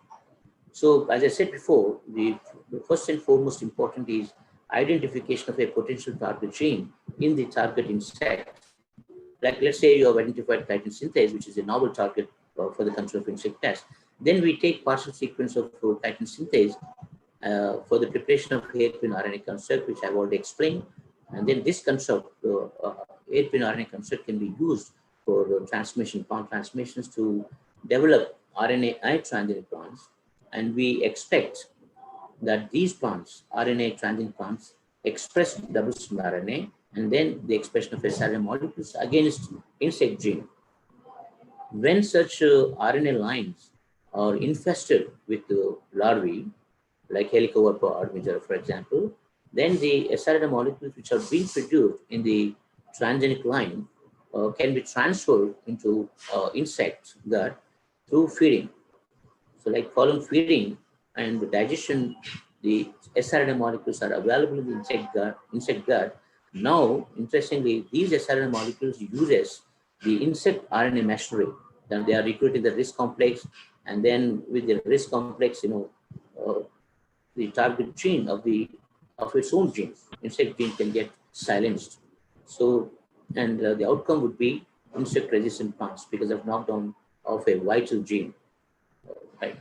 So this is the whole approach of HIGS for the control of insect pests, which can be extended for other pathogens and insect pests. Same thing is shown in a simple manner here. Like this is what is happening in the plant, and this is what is happening in the insect. Like here, you have expressed RNA construct against the insect gene, and then you get a double-strand RNA with a hairpin, which can be cleaved by dicer to form the small 21 nucleotide siRNA molecule. this is what is happening in the plant cell. And then when insect pest is infested the plant, these siRNA molecules can be transferred into the insect gut. For example, corn root worm or helicobacter worm. Then these siRNA molecules now are recruited in the insect risk complex, and this whole complex can identify and degrade the target messenger RNA. So that is how we see silencing of insect gene through plant-mediated RNA mechanism, or Higgs post-induced silencing. And these, interestingly, these siRNA molecules can also be systemically moved from one cell to other cell of the insect with the help of secretins. Here I've shown post-induced gene silencing or Higgs approach. Here we prepare a Higgs construct, which is nothing but the hairpin RNA construct, and then which is used to develop a transgenic plant. And these express siRNA molecules and RNA. Again, it's an insect gene, and these molecules can target the pest or pathogen gene. Yeah. So now I think I'll summarize the various potential applications of RNAi. I've already explained the concept. So, and here I think in 2007, two very important papers appeared in Nature Biotechnology. And in one case, they have targeted 450 monoxidase, which is involved in the degradation of gossypol, which is produced in cotton leaves. The insect actually, gossypol is highly toxic for the insect. It has insecticidal property, but the insect is also smart. It has this enzyme, monoxidase enzyme, which is involved in the degradation of gossypol. As a result, insect can feed on cotton leaves. So therefore, this group has identified 450 monoxidase as a target for RNAi. It's a wonderful target, very novel target, I would say. And then after knocking down P450 by RNAi, now the insect can no longer tolerate the gossypol. As a result, it will die. It will lead to mortality. In the second case, they have identified vacuolar ATPase, and then they could also, like in the second case, the vacuolar ATPase A of insect gene was targeted, and this was done in maize against a very important insect pest, western corn rootworm, which damages the root system of the maize very badly. And look at here, the non-transgenic corn, where the root system is quite damaged, but the RNA transgenic corn, the root system is highly protected against damage. So this is the potential of RNAi for insect, for managing insect pests. Likewise, more recently, a Monsanto company who have come up with BT cotton for insect resistance against Helicobacter pylori. More recently, they have also developed RNA lines for insect resistance against Helicobacter, and through breeding, they have stocked or pyramided these two for efficient control of Helicobacter. So this technology, RNA technology, is also being used for the control of nematode pests by targeting an important genes like splicing factor or integrate genes.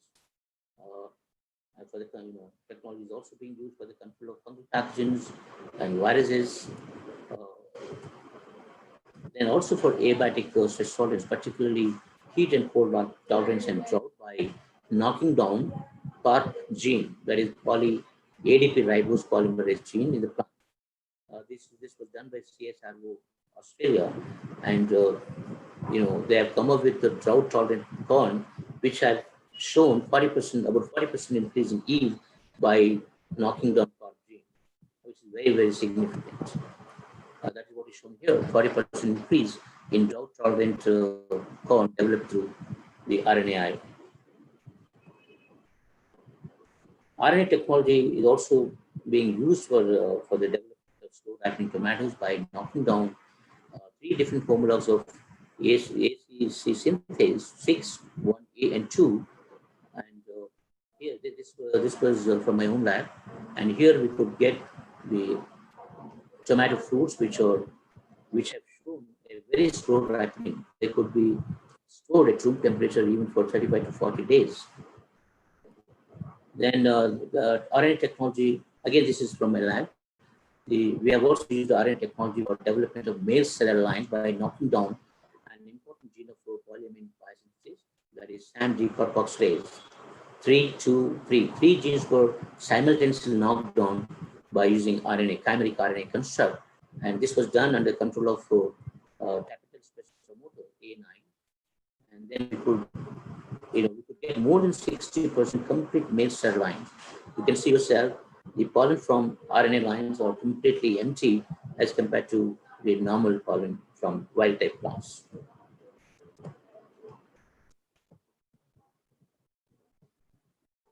So more recently, the Kirti Rathore from Texas A&M University, USA, he has come up with cotton RNA lines having negligible or no gossypol.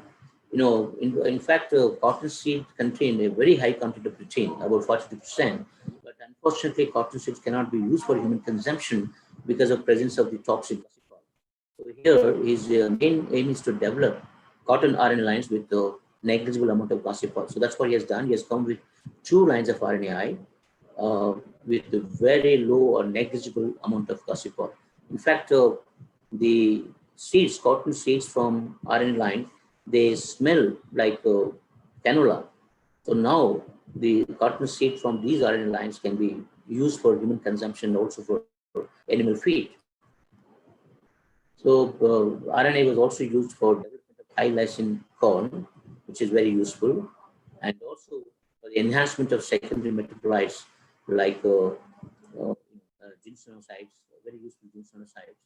And this technology is being used very extensively for the development, for the enhancement of secondary metabolites of various kinds. In case of canola, the shattering of seed is a major problem, and this technology was also used to develop indehiscent canola. Otherwise, the farmers, they lose a lot of seed because of seed shattering susceptibility. Then, as I mentioned before, RNA was also used to develop blue roses. So there are n number of applications of RNAi, like people have come up with decaffeinated coffee, nicotine-free tobacco, healthy oils, and so on. So there could be many more exciting applications of RNAi in the coming future. So I think I'll take some time to discuss my own work. Basically, we have started with the 2 major projects. There is development of tomato for resistance against against Fusarium wilt caused by Fusarium oxysporum, and also the development of tomato for insect resistance against Helicobacter armigera, which is popularly known as tomato fruitworm. So these both, the Fusarium wilt and Helicobacter, causes a significant loss of tomato yield. So therefore, we wanted to develop resistant tomato against these 2. I mentioned about this slide before in the beginning. So there are many conventional approaches and then transgenic approaches, as I said, not very successful for the control of fungal pathogens, although it is successful for the control of insect pests. But the BT approach for the insect pests, it has its own limitation. For instance, even today, we don't have a very efficient BT genes against certain pests like second pests. And another problem with BT approach is people have already seen the resistance of the target insect pest against BT protein. So therefore, one has to go for an alternative methods like RNAi. And here I'll be showing the importance of siRNA mediated as well as microRNA, particularly artificial microRNA mediated control of fungal pathogens and insect pests. The RNA strategy I've already discussed against insect pests. The same strategy can be extended for control of fungal pathogens. That is identification of an important target of the pathogen, then preparation of RNA construct, development of plant tomato using RNA construct, and then these plants express siRNA molecules against fungal gene. For instance, ornithine decarboxylase gene, which is a key gene involved in polyamine biosynthesis. We have identified ODC gene as a target because polyamines are absolutely important for growth and development. So if you block polyamine biosynthesis pathway of the fungi, it will lead to lethality. So in the beginning, we have identified ODC as a target for RNA. Yeah. So let me discuss about how one can control fungal infections by using RNA approach. The ODC was identified as a target because I have done a very significant work on the control of fungal pathogens through specific blockage of fungal polymer biosynthesis using inhibitors. And this work was done when I was a postdoc at Yale University the way back during 1984-85. So this was based on my work. I thought that we can target polymer biosynthesis for the control of fungal infection. So that is how we have identified ODC as a target. So initially, we have checked a single siRNA, which was chemically synthesized against the fungal pathogen, not Fusarium oxysporum, because OD sequence, when I started this work, ODC sequence was not available from Fusarium oxysporum. As a proof of concept, initially we have used Aspergillus nigrans because sequence of ODC was available from this organism. So a single siRNA molecule was designed, chemically custom synthesized, and then the 3 different concentrations of siRNA molecules were used for checking their efficacy against the control of fungal probe. So what we've done, we have incubated the germinated fungal spores of Aspergillus in 3 different concentrated siRNA molecules, and after 1 to 2 days, we have monitored the germ tube growth as well as mycel growth. As you can see here, about 70% decrease in the germ tube and mycel growth was observed, which was virtually due to a significant reduction in the target ODC gene transcripts and also depletion of cellular polyamines like sputucin, spermidine, and spermine due to knockdown of fungal ODC gene. So this was quite encouragement for us, and subsequently we have also done the in vivo work on the control of Fusarium wilt in tomato. So here, so by the time we finished the first work, the ODC sequence was so therefore we have retrieved ODC sequence from NCBI. The sequence was subjected for homology search using BLAST, and then we identified a small region of about 500 or about 600, which has a very negligible homology with the ODC gene of the tomato plant and also other systems, including humans. And then this sequence, selected sequence, was again divided into 21 base pair fragments, DNA fragments, because the long selected sequence will produce multiple siRNA molecules in the plants. So therefore, we wanted to make sure that the siRNA molecules that will be produced from the selected sequence will be free from off-target effect or free from similarity, sequence similarity with the ODC gene from other systems. So each and every 21 base pair fragment was also subjected for blast, and just to rule out any off-target effects. And then we have subjected sequence for M-fold to check the stability of the double-stranded RNA. So after having done all these, we found that the selected sequence has minimum homology. It can form pitch to a potent siRNA molecule, and the structure, double-stranded RNA structure, is also stable, as shown here, based on M-fold software. And then we have cloned 560 base pair sequence of the ODC from the by RT-PCR.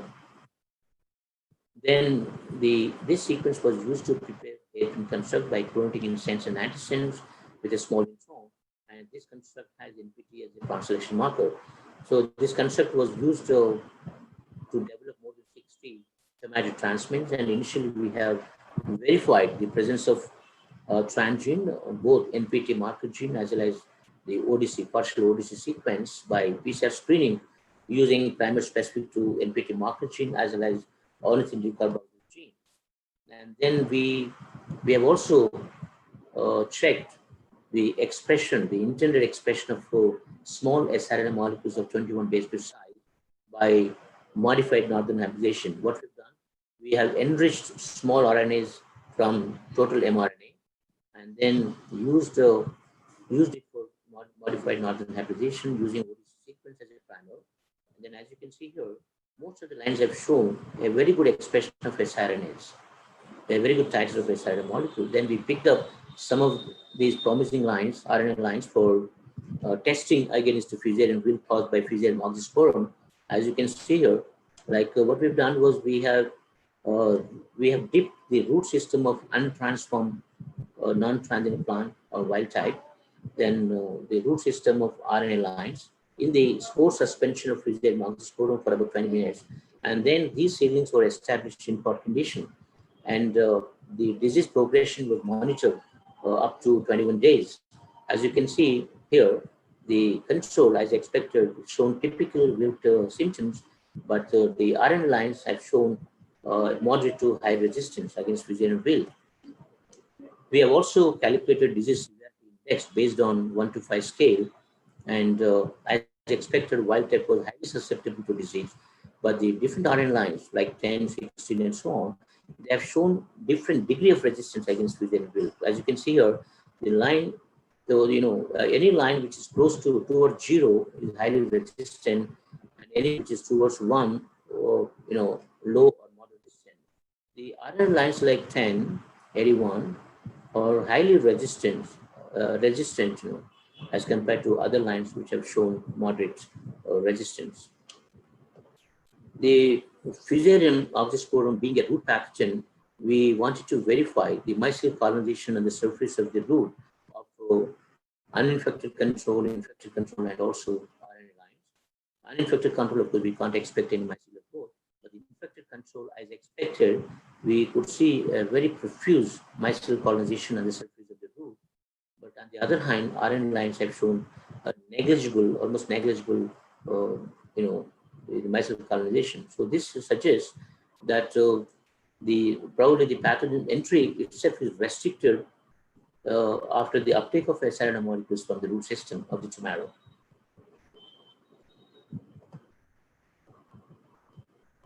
Yeah, so that is how we could control Fusarium wilt by RNA approach, and we have also demonstrated that siRNA molecules being synthesized in tomato plant can virtually enter into the invaded fungal cells. And here we have used the advantage of GAP reporter system, and initially we have transformed Fusarium oxysporum by usual GAP construct for its overexpression, and you can see a very good GAP expression based on confocal microscope. And then simultaneously, we have also transformed tomato plant with the Rnai GAP construct. That means the tomato plants will express siRNA molecules against GAP gene.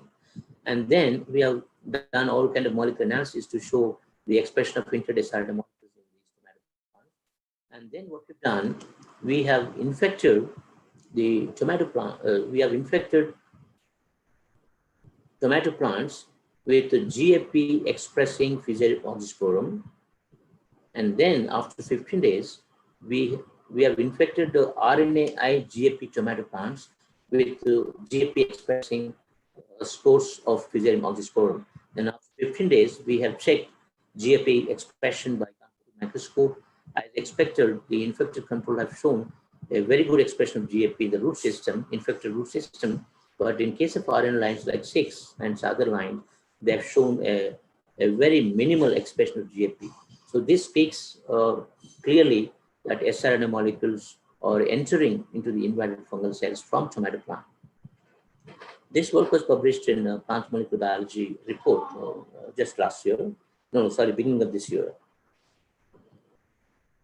Then later on, we have identified about half a dozen important target genes in the fungal pathogen, like coordinate synthase. Most of these target genes are specific to the fungal pathogen, absent in the host plant.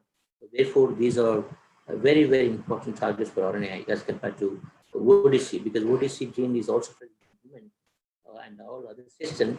So only for the proof of concept, initially we have considered ODC, but that is not a good target. So therefore, we have identified many important targets later on, and done a very significant work in this. Then I think I'll be taking a few minutes to show work on the control of insect pests that is helped by RNA approach. And here we have identified, initially we have identified chitinase gene of Helicobacter pylori, the target gene, prepared to get construct, then developed several tomato transmins. This is the preparation of hairpin construct with chitinase gene of insect. And then we have verified the presence of transgene, and also transgene copy number was also demonstrated by such analysis. and we found single as well as multiple copies of the transgene in tomato plant. Then we have also shown the expression of 21 nucleotide of siRNA molecules in transgenic plants. And then we have used some of these highly expressing, siRNA expressing tomato lines for insect feeding bioassays. So what we've done, we fed second installed larvae of Helicobacter with the leaves of either wild type plants or the leaves of different RNA lines. So the feeding of larvae, second installed larvae with the leaves of RNA lines has led to a very significant mortality. About 3% insect mortality was observed after feeding with RNA leaves. And the feeding has also led to significant inhibition of larval growth, larval length, and also prolonged larval developmental time. There was a delay of developmental time by 5 to 7 days. As you can see here, in case of control, untransient control, the larvae has already entered in pupa stage. But in case of RNA, the larvae fed with RNA leaves, the larvae are still in 14th star or 15th star. So this clearly indicates that there was a significant delay of developmental time. The feeding assays has also led to significant inhibition of pupil growth and pupil weight. Then, interestingly, we have observed some pupil deformities like distorted pupae and also abnormalities in case of adults, the distorted wings, etc. And more importantly, the feeding of RNA leaves has also led to significant reduction in the insect fecundity, and egg laying was also affected. So this work was, Then we wanted to make sure that whatever effect that we've seen after feeding with RNA leaves was really due to the knockdown of the target gene, that is chitin gene of insect. So therefore, we have checked the transcripts of chitin gene of insect by quantitative RT-PCR. And as you can see here, we could see 2 to 6-fold reduction in chitinase transcripts in different RNA lines as compared to control. So this work was also published in Plant Molecular Biology in 2016. And more recently, we have used artificial microRNA approach for the control of Helicobacter. And here, I'll take a minute to tell you what are microRNAs. The microRNA is also a kind of non-coding RNAs of about 22 nucleotide size. And the microRNAs are, every eukaryotic system has hundreds of microRNA genes. And microRNA genes are mostly transcribed by RNA polymerase II to produce primary microRNA, which is about 200 to 500 base pairs in size. And primary microRNA typically has a stem at the top, and and then the primary microRNA is processed by dicer-like 1 or DCL1 enzyme to produce precursor microRNA, which is about 60 or 70 base pair size. And then the precursor microRNA is again processed by dicer-1 to form microRNA duplex. We call this as a microRNA and microRNA star. The microRNA is an antisense strand and microRNA star is a sense strand. And this microRNA duplex is highly stable against nuclease. Therefore, the microRNA duplex undergoes methylation, so that it is highly stable. And now this is happening in the nucleus. And now the microRNA duplex is transported to cytoplasm by export-like protein, and where the microRNA duplex is recruited in the RISC complex. From here, the pathway is more or less similar to siRNA pathway. That is the transfer of microRNA duplex into the RISC complex, where the microRNA star or sense strand of microRNA gets selectively degraded. Only the antisense or guide strand of microRNA is retained in the RISC complex, and now this RISC complex can silence the target gene either by cleavage or by translation repression. And how the mature microRNA is involved in the cleavage or translation repression, it all depends on the complementarity of the mature microRNA with its complementary sequence in the target messenger RNA, mostly in the 3' untranslated region. So mature microRNA sequence, if it matches 100% with its complementary sequences in mRNA, always it leads to cleavage. And if we have 1 or 2 mismatches of mature microRNA with this complementary sequence, then it leads to translation blockage. Then what are artificial microRNAs?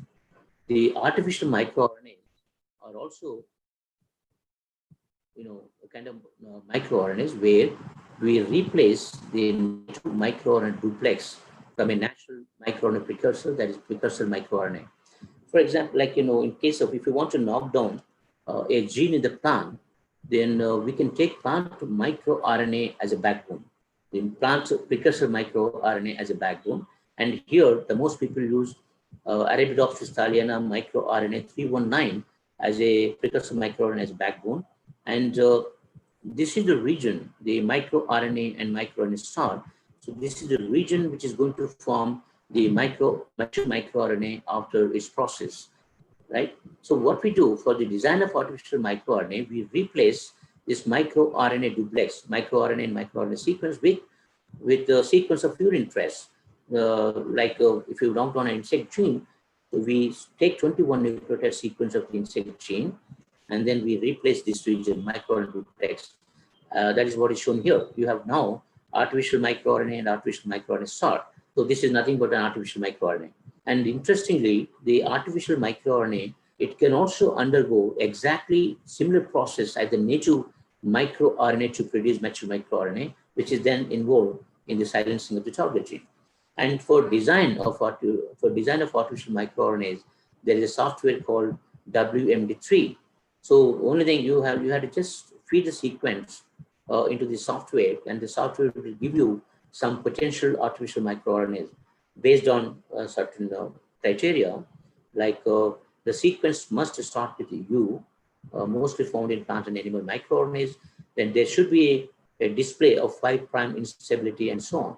So among a few potential artificial microRNAs, we select the best one, and then go for further work. And here we have identified the ecdysone receptor gene of Helicobacter as a target for microRNA, artificial microRNA. So therefore, we have retrieved the sequence from NCBI. Then the ecdysone receptor sequence was submitted for WMD3 software, and this has generated some potential artificial microRNAs of 21 base pair sequence. And these 21 base pair sequence again subjected for blast to rule out after effect, the way we do it for siRNA. And then when we select one potential artificial microRNA sequence and replace the native microRNA duplex, right, to have an artificial microRNA, and then the artificial microRNA with a backbone is subjected for M-fold to know the stability of the structure. So after doing all this exercise, and after knowing that the selected artificial microRNA has a minimum homology with the same gene, with the gene or other genes from host plants and other systems, and then after knowing the stable structure of the precursor artificial microRNA, we go ahead with the further work. So, and for the control of Helicobacter, here we have used Arabidopsis thaliana microRNA 319A as a backbone, and this region was replaced with the insect ecdysone receptor sequence to have an artificial microRNA, and then we custom synthesized the artificial microRNA and Helicobacter ecdysone receptor sequence. This is about 180 base pair, and then this custom-made sequence, artificial microRNA sequence, was initially cloned in PRT100 vector, intermediate vector, downstream to 35S promoter. And then the whole cassette of artificial microRNA ecdysone receptor sequence, along with the promoter and poly-A, was fished out by restriction with suitable restriction enzymes, and then subsequently cloned in plant transmission binary vector, that is P-Cambia 2300, and then this was then mobilized into Agrobacterium tumefaciens LBA4404 strain. And now the Agrobacterium having the P-Cambia 2300 vector with a artificial microRNA cassette was used for tomato transmission, generated over 60 tomato transplants. The molecular analysis was done. PCR screening was done to check for the presence of transgenes. Then transgene copy number was verified by Southern. And we have used a new technique called stem loop RT-PCR to check for the expression of interest microRNA of 21 nucleotide sites. As you can see here, the artificial microRNA lines of tomato lines, the 18, 15, 28, 65, have shown the expression of artificial microRNA. So these lines were selected for insect bioassays. So we have also advanced the T0 primary transmitters to T1 generation. Then T1 progeny was also used for screening, for PCR screening, for checking for the integration of the transgene. Then we have performed the insect to feeding bioassays, the way I've discussed for RNA approach for insect control. After feeding the helicobacter per second instar larvae with the leaves of artificial microRNA tomato lines, we have seen a very significant mortality. Then also significant inhibition of larval weight, length, then pupil weight and pupil weight, and then this more importantly, all these effects were virtually due to a very high knockdown of the target gene, that is the exosome receptor. You can see here about 90% suppression of the target gene, exosome receptor, by feeding the larvae with leaves of artificial microlines. So, yeah, I've already discussed this. More importantly, the feeding has led to a very low egg hatching, and all those eggs were completely empty, no hatching at all. So this was a very significant observation, and this work was published in Insect Biochemistry and Molecular Biology. So the artificial microRNA approach is also being used for the development of virus resistance to tomato against a very important viral infection, that is tomato leaf curl virus. We have knocked down two important viral genes, ACC1 and ACC4, which are RNA suppressor protein gene. And then these lines, artificial micro tomato lines, were highly resistant, almost immune to tomato leaf curl virus as compared to wild type. At the end, I would like to say that RNA approach, including artificial microRNA approach, are very efficient for the control of fungal infections and insect pests, respectively. Then I would strongly emphasize that these technologies can be used not only for the control of fungal pathogens and insect pests, but also for the improvement of many other economically important characters. And these technologies will certainly complement the existing transgenic technologies for crop improvement programs. And the RNAi has a couple of important advantages. For instance, the host protein messenger is not at all utilized here. Since we are targeting or silencing a gene post-transcriptionally, there's no protein. So the host protein messenger is not at all utilized. And in the absence of transgene or a foreign protein, there are two important advantages. Like it's very unlikely that the target pathogen or insect would gain resistance against pathogen insect pests. And again, in the absence of transgene protein, there could be a minimal biosafety issues. Finally, currently I have two major programs. The one involving CRISPR-Cas system for targeting essential genes of papaya for resistance against papaya spot virus and leaf virus. And then we are also using transgenic approach for yield improvement in Northeast black rice. I would like to thank the funding agencies, particularly DBT and DST, for supporting my RNA programs in the lab since a long time. And I would like to thank all my research group for their active participation in different programs. Thank you for your patience. And I would like to take up any questions if you have. Yeah, thank you, sir. Professor Rajam, sir, thank you very much. Madam Vibha Madam has given us an entry into DNA, and Rajam sir has given us an entry into RNA. One of the very important area of research these days is RNA technology. Sir has given us information of how to protect crops from insects and pathogens. One very important thing Sir has given today is that he has the expertise to develop the constructs, which is very, very important for any kind of research in any lab. Without that handling, it's not possible. And then another very important thing, sir, is polyamine inhibitor publication. That was the best publication in Proceedings of National Academy of Sciences, USA. I think that is a target, that is an achievement in sir. And then from his presentation, you can see so much work has been done on pest resistance and insect resistance. Then one very important thing, Vice Chancellor, sir, and all other organizers is, sir, Professor Kukat was responsible for me to learn plant culture in his lab. He allowed me to work in his lab along with Professor Apte and Professor Veeresham to learn plant tissue culture. Professor Rajam, sir, has allowed me to work in his lab and learn many things pertaining to genetic engineering.